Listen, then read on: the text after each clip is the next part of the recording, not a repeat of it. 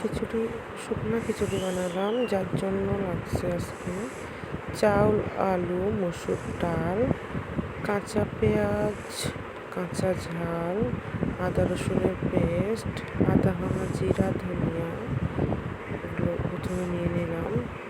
লবণ, হলুদ এগুলো তো আছে মশলা।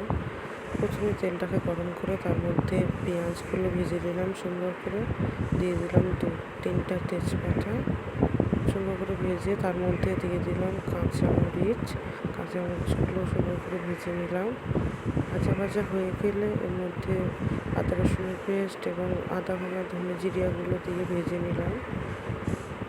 ভেজে নিয়ে এর মধ্যে চাল দিয়ে কতক্ষণ নাড়াচাড়া করে ভেজে তার মধ্যে লবণ, হলুদ, যত রকম স্পাইসেস ওগুলো দিয়ে ভেজে চাল ডাল সব একসঙ্গে করে ভেজে তার মধ্যে দিয়ে দিলাম পানি।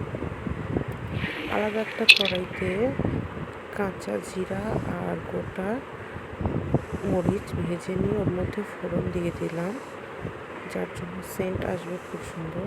পরিমাণ মতো পানি দিয়ে প্রেসার কুকারে সিটি বন্ধ করে দিয়ে দিলাম। 2টা থেকে 3টা সিটির মধ্যে এটা রেডি হয়ে গেল। দেখুন তো কত সুন্দর হয়েছে, একবারটা বানিয়ে দেখুন।